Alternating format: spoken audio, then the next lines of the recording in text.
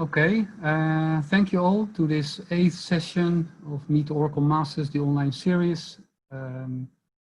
With them again, with the subject Dynamic Actions, the hard part. If you have any questions, you can either use chat, which can be seen by everybody, or use the Q&A option, and then we will review it and pass over the questions to Dan. So again, welcome to the session. Dan, it's up to you. Thank you, Leon. I'll go ahead and share my screen.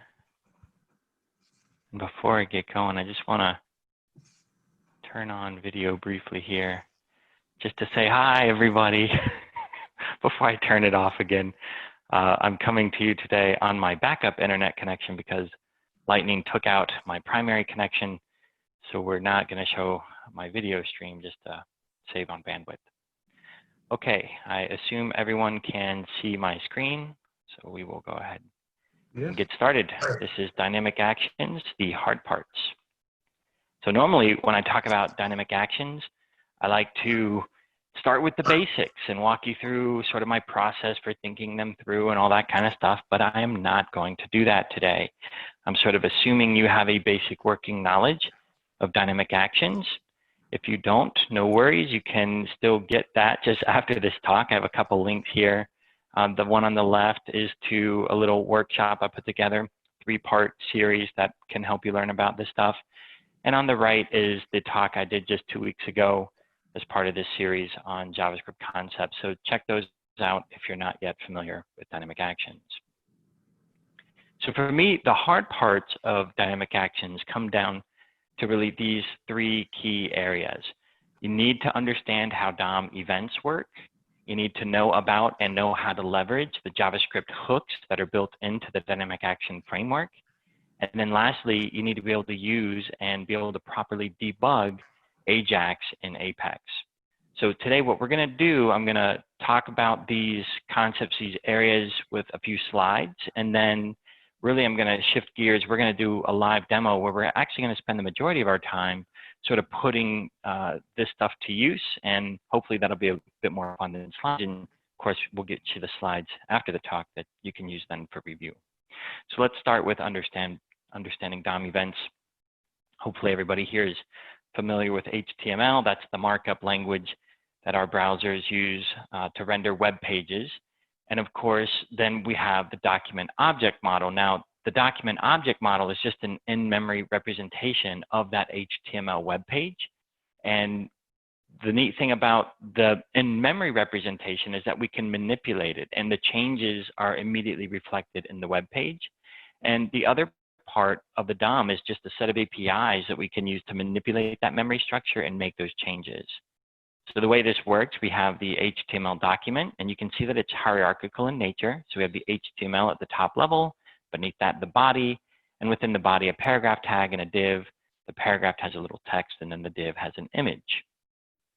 And when the browser parses this, it creates this DOM tree, and each of these nodes is just this in-memory object, and they have various APIs or methods that we can use to manipulate their content or properties. The question is, what happens when I click on, let's say, this image in the div tag? Well, you have to know the basics about events. And so events are just like, I like to think of them as triggers in the database. They just allow you to attach code that will be executed when a particular thing happens within the system. In this case, the browser. In the case of Oracle, it'd be some kind of DML or DDL trigger.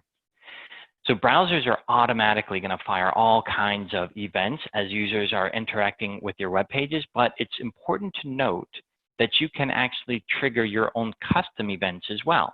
Now, the Apex framework is making use of this capability, as you'll see with things like when a report refreshes, you can actually attach events to that kind of stuff. Now, using code, the way that you would attach like say a function to a particular event might look like this. In this case, we're using on, which is a method of jQuery.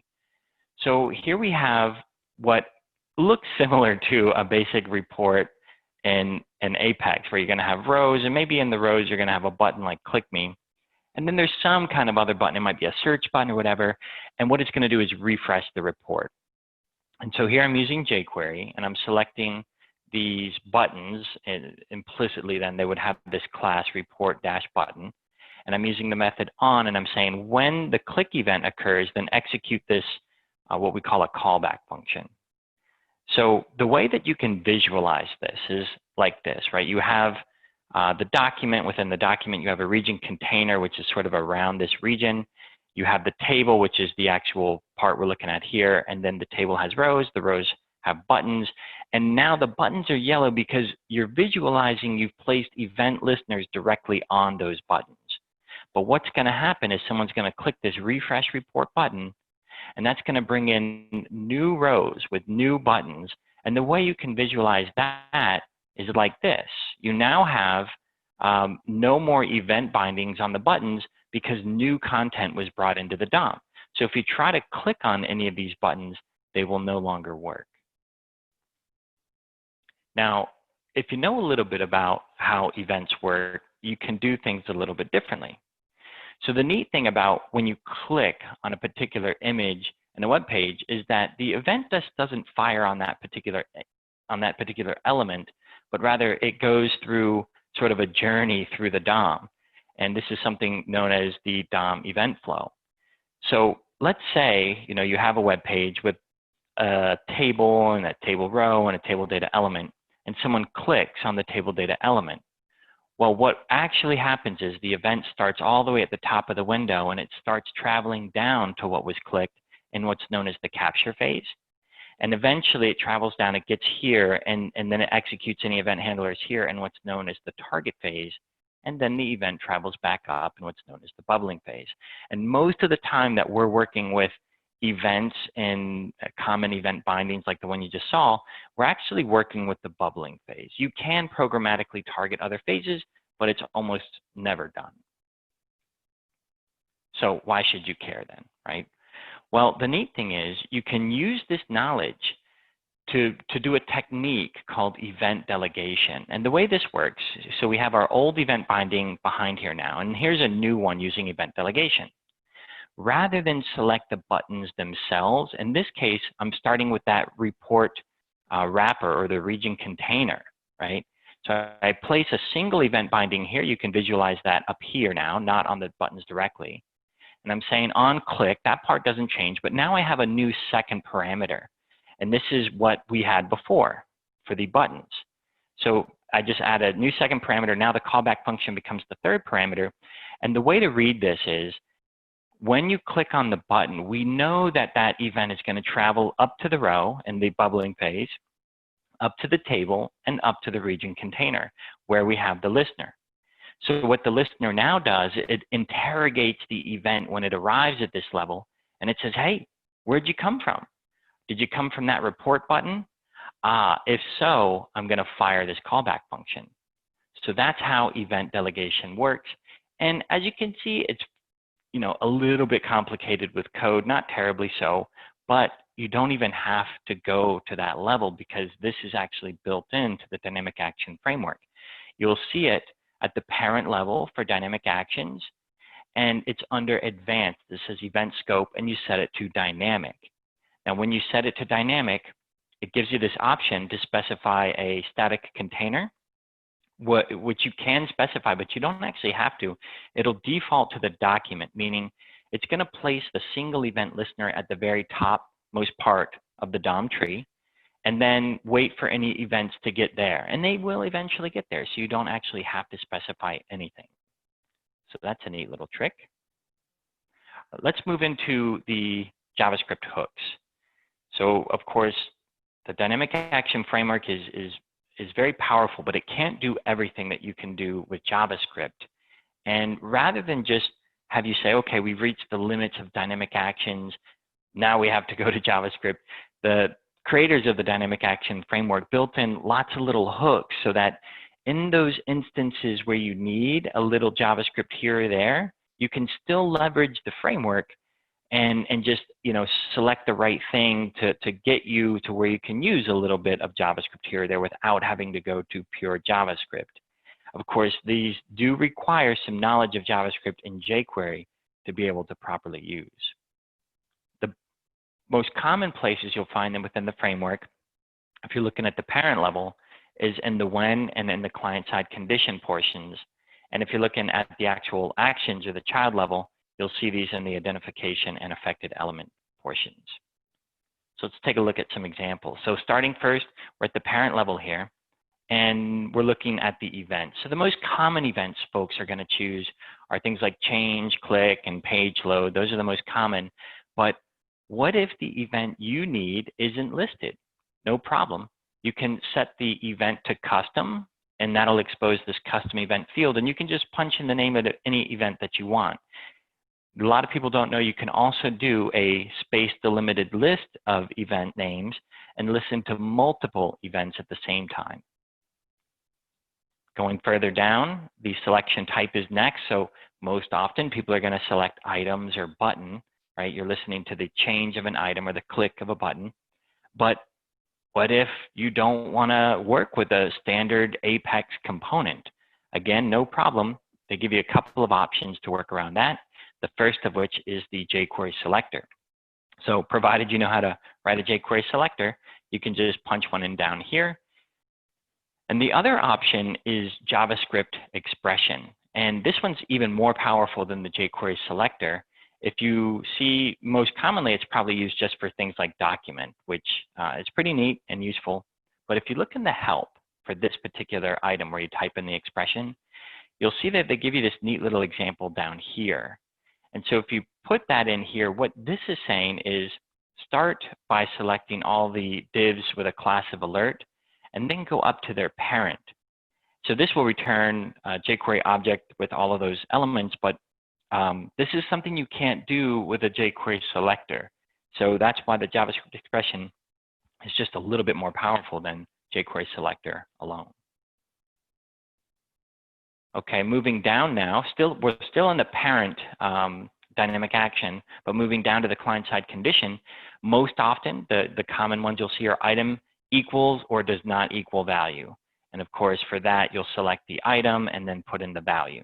Or item is or is not null. These are the most common. But what if the condition that you need for your dynamic action, that branch between the true and false actions, is a bit more complex than checking the value of a single item? Well, again, no problem. They give you JavaScript expression. And with this, you can say things like, okay, I'm going to check the value of product available to see if it's yes. And then I'm also going to combine a check on the value of category to see if it's men's.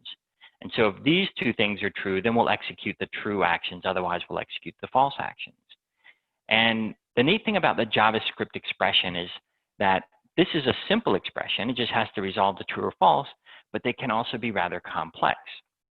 So here's a crazy example, a fun one, right? You can actually stick an IFI in here. Now, IFI is short for immediately invoked function expression.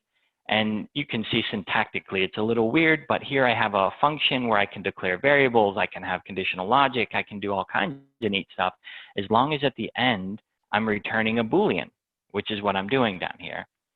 Perhaps more common, you will just simply define a function in your function and global variable declaration and invoke that from the JavaScript expression. This will work exactly the same as the IFI, it's just not as fun. All right, here we have execute JavaScript. So we're moving down now to the actions themselves. And of course, the most common are things like hide, show, enable, disable, and refresh, which is when we get into declarative Ajax, which we'll talk about in a little bit. But with this action, execute JavaScript code, you can do pretty much anything that you're not going to be able to do with any of the declarative options. So if you can't satisfy your business requirement with a declarative option, this is the action for you. I'll show you an example of how we'll take advantage of that several different ways here in a moment. All right, so the next one, or the next area really, is using and debugging Ajax. So Ajax is short for asynchronous JavaScript and XML. Now the problem with that term is that sometimes it's not asynchronous, sometimes it's synchronous. And these days, we really don't use XML anymore, we just use JSON. but the term stuck, and it's more of an umbrella term to sort of describe the concept of what we're doing here. And that has stayed the same. So the way it works, you know, in the past, your browser would always issue a full page request, like a GET, and that would go to the web server, maybe to the database, return a full web page, and the user would see it. They would click a button, another full page render. But with Ajax, you're introducing a little bit of JavaScript code.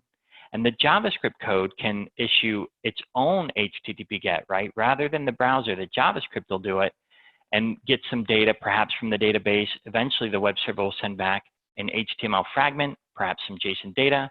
In either case, the JavaScript code can then take that data and map it into the DOM, however it needs to, and you can avoid that full page refresh. That's really the main goal here, is to make the user interaction a bit faster and perhaps not lose context with these full page refreshes.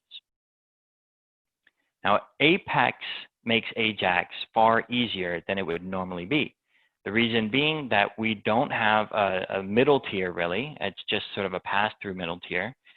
So all of the processing is done by Oracle database. So once you know PL SQL, that's all you have to really know for doing this type of Ajax work. Dynamic actions have several options, which we'll see here in a moment, that can handle a lot of different use cases. And it's super powerful because of how declarative it is. But Apex does also provide programmatic options with lower level JavaScript code for various edge cases if the dynamic actions are not sufficient. Now, the key to Ajax is to make sure you send the correct data in to make sure you get the correct data out. So these are the options within the dynamic action framework that do declarative out-of-the-box Ajax, refresh, set value, and execute PL SQL. And in each case, you'll see an option to send the correct data in. The key is to look for items to submit. So here we have the first one. It's refresh. And this one's kind of the oddball out because the items to submit is not in the dynamic action itself. It's in the region definition. So several different components can be refreshed. For regions, you have things like classic or interactive reports and interactive grid. For items, any of the ones that support cascading LOVs. And here, this is the region definition. You can see this is some kind of a report. And you'll see below the region query, there's page items to submit. Now, because we're referring to this item in session state, we put this item here when we plan to refresh using Ajax, because we need to send the value of this item from the DOM or the web page into session state prior to executing this query. That's why it's important. The next one is set value, which can be very powerful. You can use this to set the value of an item or an interactive grid column. You have options like SQL and PL SQL that do the implicit Ajax. Again, just don't forget to send in the correct data. So here I'm choosing SQL statement. I have my statement here, and it depends on P1 depth now, so I just need to make sure to put that in items to submit. Now, the last one here is execute PL SQL, which for me is the one it's like my go-to, because I find it to be very much like set value, but a bit more generic in the way that you can use it. It's also important to point out there's a wait for result option here.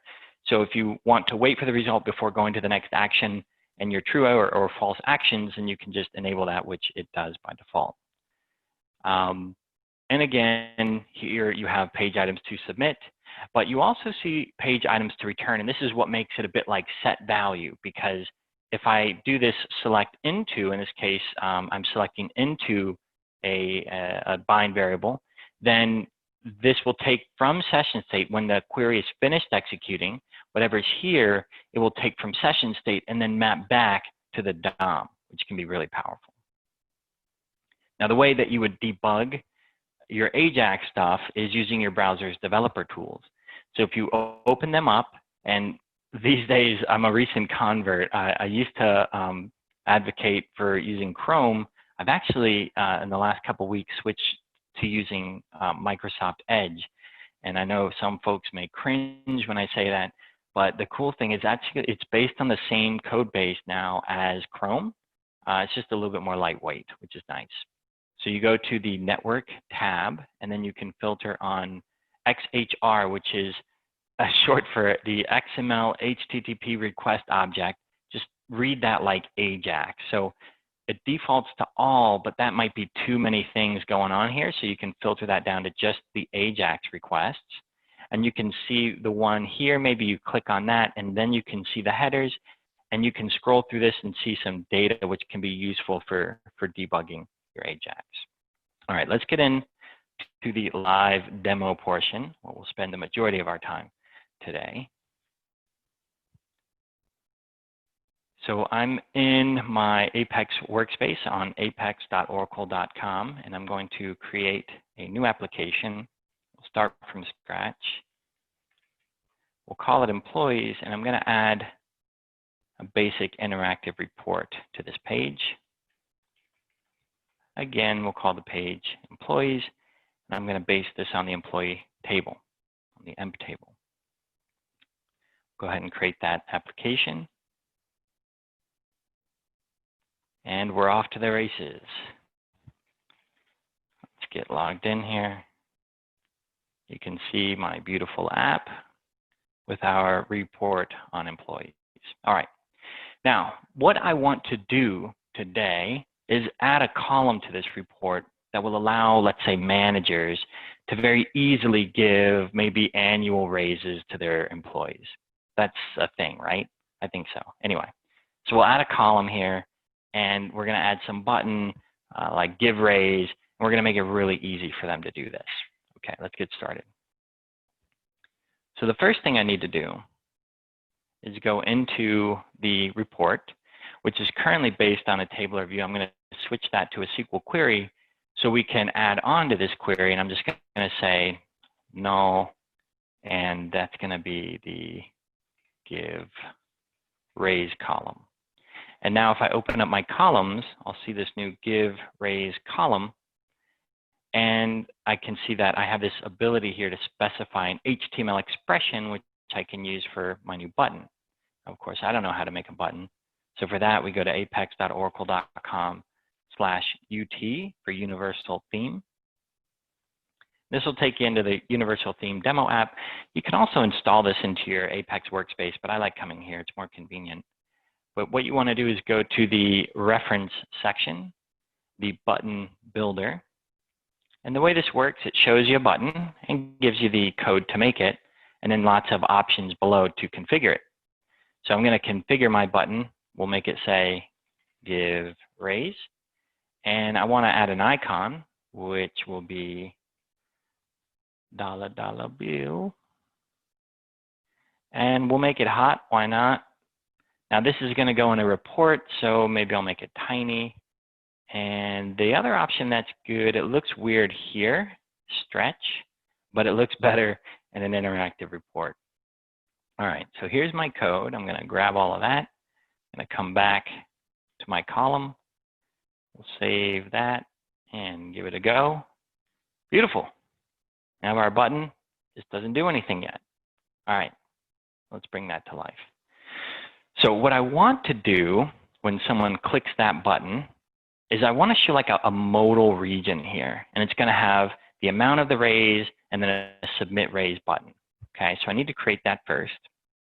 And I'm going to add this new region to my content body. We'll call it give raise. And let's see, so the region position is going to be inline dialogues. And then the template is also going to be inline dialogue. And in this region, I'm going to add an item. And this will be raise %.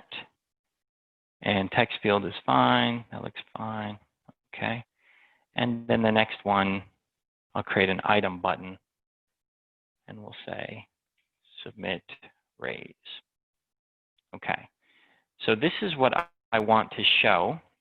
So I'm going to go ahead and create my dynamic action. Now, when you have a normal button on a page, you can just, usually right-click the button. Like I have one down here, I can say so on submit raise, create a dynamic action. But when it's in the column and I try to right-click it, that doesn't work. And if I come over here to dynamic actions and I say, okay, I'm going to create a dynamic action, we'll call it give raise clicked. And then I say, all right, so yeah, it's going to be the click event on a button.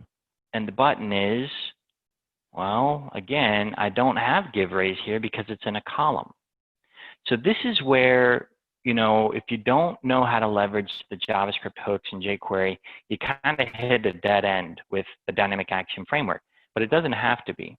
If you go back to that column and you look at the HTML you brought in, you'll see that you actually have a lot of classes that you can work with. Now, these classes are generic. You saw I just grabbed them from the button builder and the universal theme app. But we can add our own class too, right? So I can say give raise, I swear I know how to spell, kind of, give raise JS. And the JS here is optional. You might add that to just indicate you intend to use that in some JavaScript code. But at any rate, I'll copy this out. We'll save that. Then I'll go to my dynamic action. And now I have a hook. So I can go to the jQuery selector, and provided I know how to write one, selecting by class gives you a hint here. You put the period in front of the class name. So just period, and paste, and now this should work. On the click event of this, or any element with this class, then this action should fire. And for now, we'll just make this an alert that says test. So we run this, we click it, we get our test alert. Click another one, we get our test alert. Perfect. But what I really wanted to do was instead open a region. And you could see, let me take you back. We don't currently see that modal dialog region because it's hidden. But what we'll do is use open region. Of course, it's a region. And the one we want to open is the give raise region. So we'll save that and run it. And now when we click give raise, it opens up and we see our modal region. So if I type something in here and I close it, go to the next one, this is still in here, which is actually kind of a bad thing. I want to make it to where it starts fresh, if you will. So that's simple enough. Before I open the region, I'm going to use clear to clear raise percent. So now, oh, this is also getting annoying. So this is not really a form page. This is that, you know, page level setting. I'll disable that in a second. All right. Now when I click it, if I were to type something in here, close it, go to the next one, it's going to clear that out before showing us, which is perfect. Okay, let me just disable that other page level setting. Warn on unsaved changes. Okay. So what's the next step? We have our modal open and we're able to put in a value, and now I want to submit a raise. Actually, before we get to that, there's one thing I don't like about the current form, which is when I go from, let's say I click this row for atoms, once this modal opens, I've kind of lost the context of who I'm giving a raise to, which can, of course, be dangerous. So let's fix that problem before we continue. So I'm going to come back to our give raise region. I'm going to add a new item, and this is going to be the e-name. We'll call it employee name, and we'll make it display only. And it does not need to submit. Okay. So I have this new item, and the idea is I'm going to display it when that region opens, but I need to get the value sort of almost from this column, if you will, into this new item in that modal region. Now, the problem with interactive reports is that somebody can choose not to display something, and now it's not available to you, right? So we can't rely on DOM traversal in this case, but we've already seen perhaps the easiest way to do it anyway, which is just, fix that, which is just going directly into the button itself. So what we'll do, we'll go back to give raise, open up the HTML, And there's this neat little ability in HTML5. We can say data dash, and this creates a custom attribute of our button element. And we can call it whatever we want, and it'll still be valid HTML. So I'm going to say ename. And then I'm going to refer to the column value using substitution syntax, ename. So what happens if I save and run this, now embedded in each of these buttons, I'll inspect them, you'll see that this data dash ename is now Adams for the first one. If I inspect the next one, we get Alan, and so on. So the data I need is directly embedded in the button. So what I need to do is now grab that value and map it to this new P2 ename item. And I want to do that just like the clear. I want to do it right before we open the region. So I'm going to create a new true action, move it just before open. And this again is where you're going to need to use one of these JavaScript hooks. Now, just because you're using a JavaScript hook doesn't mean you have to write a whole bunch of JavaScript code. Here under the help, you'll see that you get access to some context information about the event. In this case, triggering element would represent the button that was clicked. And it's the button that was clicked that has the value I need. Actually, I'm going to switch this from execute code to set value, which can use even less code. So we'll say JavaScript expression instead. So here, still the same, you get access to all that context, but what I'm going to do now is say data set. Now data set is going to give you access to those data dash attributes that you've added to the item. And the way that you access them, it's kind of like an array. You would just say ename here. So this is an expression that will return the value from that ename attribute. And I want to map it to an item. And the item is ename. So if we save this and run it, now when I hit give raise, it opens and we see Adams here. If I click it down here, it opens and we see Clark here. So now we keep the context of who we're giving the raise to. Perfect. So the next part, we want to bring this submit raise button to life. So for that, because it's a regular button, I can just right click it and say create dynamic action. So we're going to say submit raise clicked. And all of this was configured correctly for me because I was able to do the right click. So all that's good. And the question is, what do we want to do? And this is where that ability for declarative Ajax becomes very powerful. So I'm going to do execute PL SQL. And this is one of 4 times I'm going to cheat. So you don't have to watch me mess up code here. But you can see what I'm doing here. Hopefully, make it a little bit easier. I'm doing an update on emp, setting salary equal to, and I'm using that raise percent to increase the salary accordingly. Now, hopefully, some of you are cringing at my update statement because I'm missing a critical component. Anybody know what it is? Anyone know? It's the where clause. The way it was currently written, if I just left it, we would have updated every employee in the table, which is, of course, not what we want to do. What we want to do is update a single employee. The way we do that is primary key, empno. We're going to say empno equals, and it looks like I'm going to have to add something for this,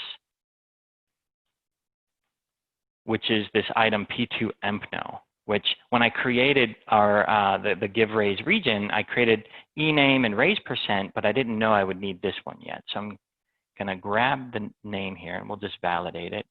Syntactically, we're good. So we'll take this name and we're going to add it to the page, excuse me, to the page items to submit. Because of course, I'm going to create this and we need to make sure we're getting the correct value into session state first. So we'll come over here to items. We'll say create the page item and we'll put it in here and we'll call it, well, it's going to be hidden. So we don't need to change the name. And I'm going to turn off value protected because I do intend to change the value using JavaScript. So we'll save that and we'll give this another go. Okay, so let's do Clerk, or rather Adams first. Salary is $11.67. We'll say give raise. I want to raise it by 10%. Submit. Now in theory, it was $11.67. If I refresh, it should be different. Oh boy, still $11.67. Where did I go wrong? Well, this is where learning to use your browser's developer tools can become rather powerful. So I'm going to stay on the network tab here, and I'm filtered on XHR, and I'm going to click give raise again, and we'll do 10% and submit. Now we see this Ajax request here go out, and if I stay on the headers and scroll to the bottom, we can see some useful information. Here's page items to submit, which you can kind of implicitly or just infer is related to that action settings. And I see P2 empno here is empty. So I am not sending the correct data in to get the correct data out, right? So that's what we need to fix. So the step that I forgot when I clicked on this button, I need to map, just like I did with Adams here, the employee name, I need to map the employee number to my new hidden item. So the way we'll do that is just like we did with ename. First, we'll go into the button, and we'll add another data dash attribute.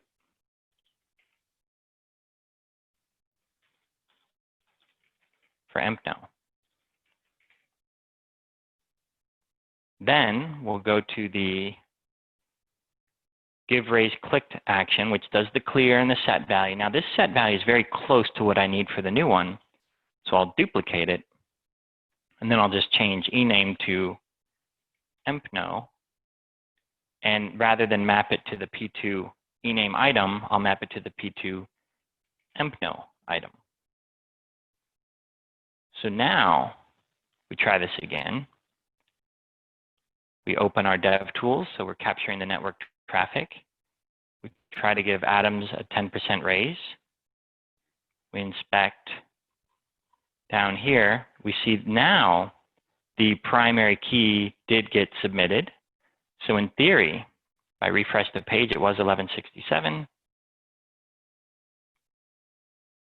Oh boy. What did I do wrong there? I completely cleared it out. Let's see. That one's down here. Execute PL SQL. Maybe I misspelled raise percent.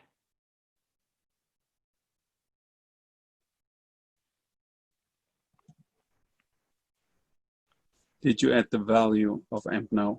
No, I forgot to submit raise percent. So, yeah, we should, when you think about it, so this is good. People like to learn from mistakes, right? So I have this update statement, and I'm referring to not one, but two items in session state. So I need to have both items in this list down here. Submitting one is not sufficient, right? So now both items are in there. And of course, I'm not going to be able to fix Adams. Adams, unfortunately, is not going to like his new salary. But let's move on to Alan. And we'll give Alan a 10% raise. So the current value is $19.55. We'll submit that and refresh. And now we're up 10%. Cool. So it's working. But you may then dig a little deeper and realize that, well, first of all, a manager may accidentally do this. Well, ignoring the zero anyway. Now we're giving this employee way too much of a raise, right? Or perhaps they do this, which of course programmatically wouldn't make sense. We need a number to do that. So you might choose to kind of programmatically handle that and rely on your PL SQL skills to do that, and as little JavaScript as possible. So here's a potential solution. So your PL SQL may end up looking a bit more like this. So if we go into execute PL SQL, I'm going to update this, and it looks maybe a little worse than it is. So here's what I'm doing. First of all, I'm going to introduce a new item to the page, which will help me capture any errors. And I'm going to start by setting that to null. And the first thing I'm going to do is try to convert raise percent to a number And if that throws an error, I'll say, hey, the error is raise percent must be a number. The next thing I'll do, I'll try to check if this was successful, that that number is simply between 1 and 10. And if it's not, we'll put the error to raise percent must be between 1 and 10. And then we'll say, if error has a value, then short circuit and return. Only if it doesn't will we continue to this part and actually do the update that we had before. So P2 error is new. So I'm going to need to introduce that.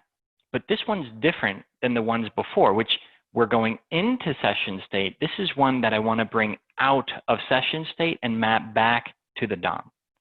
So we'll say OK. And I need to create this item.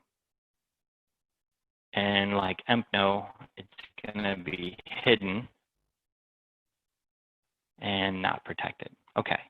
So then I'm going to go back to my PL SQL code. And this time I'm not going to forget. I need to put this error item name and the items to return to get that to work correctly. Now, when that value comes back, then the next thing I want to do is process it.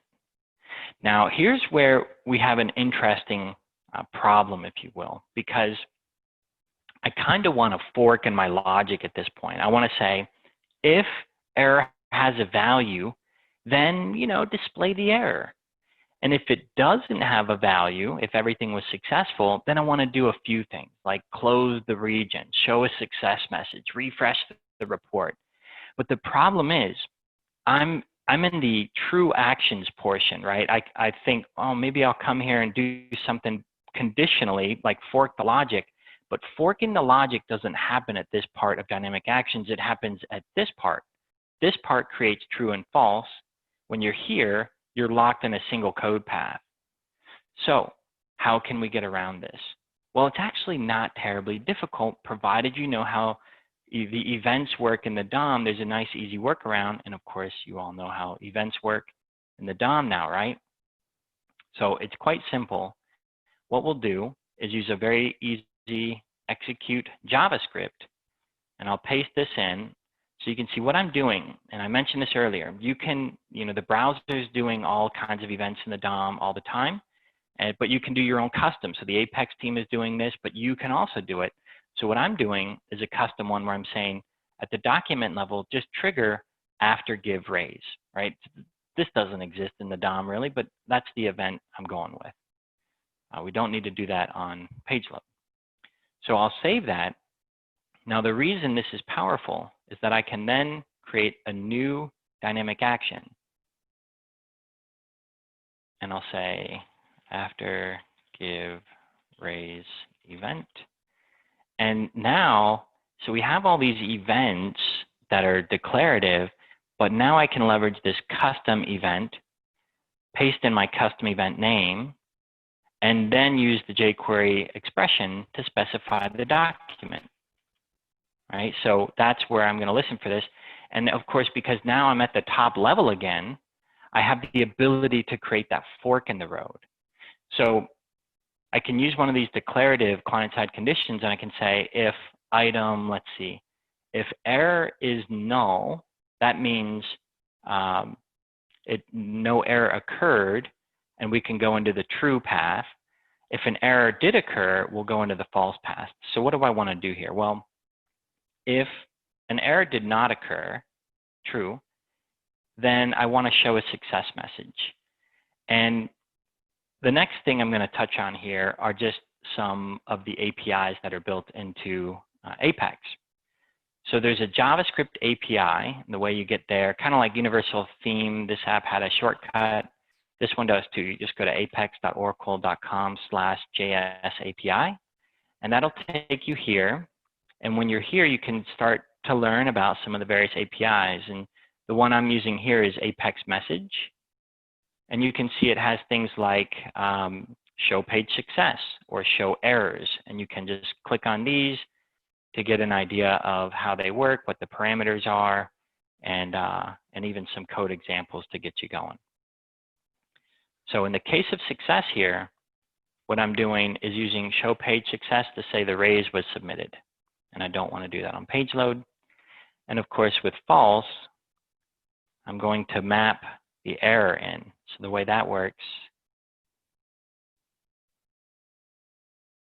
would look like this. We'll read through it. So first, I clear the existing errors, and then I use show errors, and it's an array, but I just pass in a single object, and I tell it it's an error. I tell it where I want to display it in line with this page item, and then the error message will come from that item I created P2 error.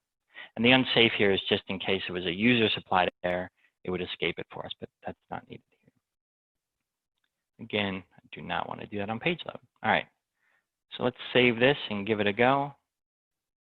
Now I click Give Raise. I put in, let's say, some text. So it says raise % must be a number. So you can just imagine what just happened there, right? That value from session state was mapped back to the DOM, and then we grabbed it from the DOM and we mapped it to this item.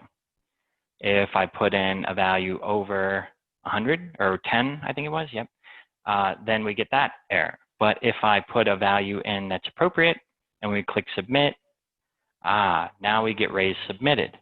So there's just a couple other things I need to do here to wrap this up. One is I want to close this region. We no longer need it. And the other is I want to refresh the report behind the scenes so that the user doesn't have to do that manually.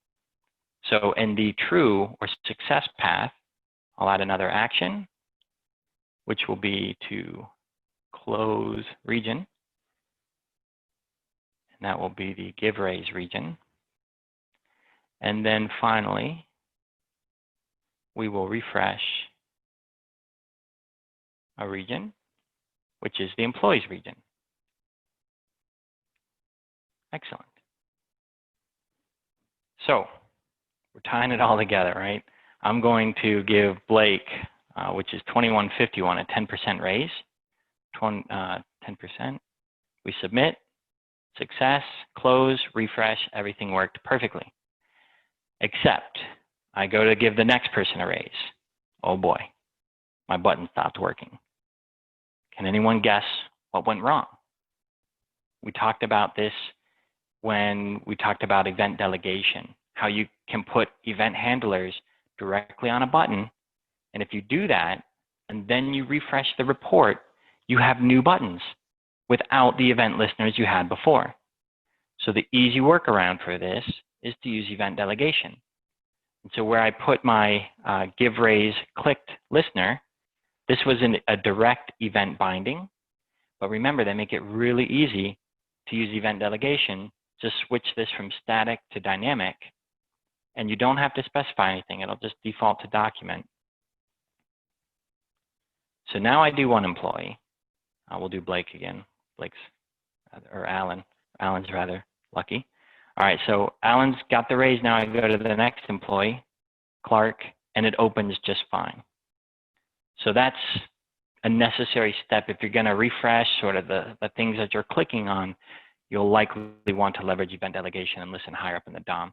There are some performance benefits as well in that you're not creating many event listeners on many buttons, but rather one instead. But most of the time, that's not the big advantage.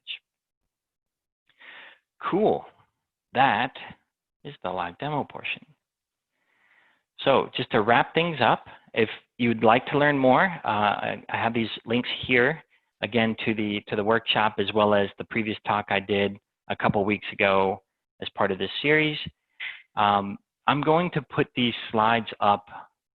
I'll put some links in Twitter. So if you're wanting access to these slides, you can look there. I'll also put an application export up there, but of course, the folks at Qualogy will put the recording of this video up hopefully in the near future, so you'll have access to that if you want to retrace the steps. And also in Twitter, I'll put a link up to some slides that I put together. So if you're interested as an Apex developer and learning more about JavaScript, I just put a number of different resources, from books to people to follow on Twitter, online tutorials, all that kind of stuff, a collection of resources together. So I'll put that in Twitter as well. Okay, I think that's it. We can go ahead and open up to any questions. Do we have any questions in the queue? Let's take a look here. There are no questions. Oh yeah. When you code with the help pages, if any, which help pages, if any, you have opened mostly? I'm not sure I understood that one. Let me see here. Which help pages, if any? Which help pages? Like W3 schools? Okay. I cannot stand W3 schools. So my go-to, let's look at an example. So if I wanted to learn about data dash attributes HTML, I always go to the Mozilla Developer Network, or MDN. I find this to be the best resource for everything. So not a big fan of W3 schools, but this is probably my go-to resource. And you can kind of see where you'll get the data set object, and then how you can access the various properties in here. This also talks about some naming changes, which I didn't cover because we did simple data dash attributes. But if you did something like this, right, we did something like this, simple, data dash name. But if you do something like data dash name, this actually gets converted to look more like, you know, it'd be data set dot index number. And that's just something you need to be aware of. Yeah. Any other questions?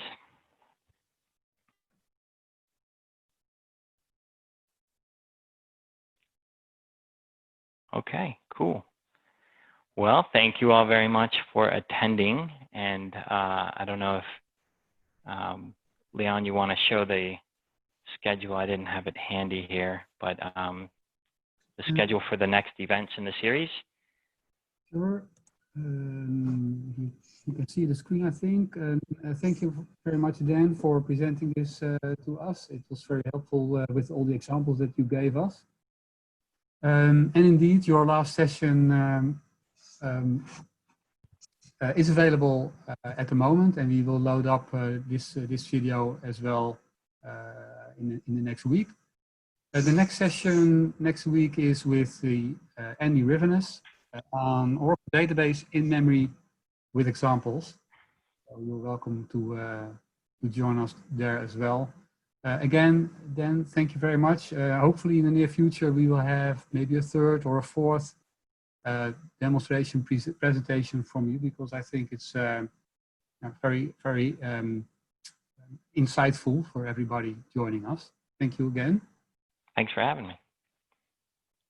So I don't think there are any questions. I will leave the screen open for a couple of minutes. But thank you all very much for attending, and hope to see you next week. Thanks, everyone. Bye.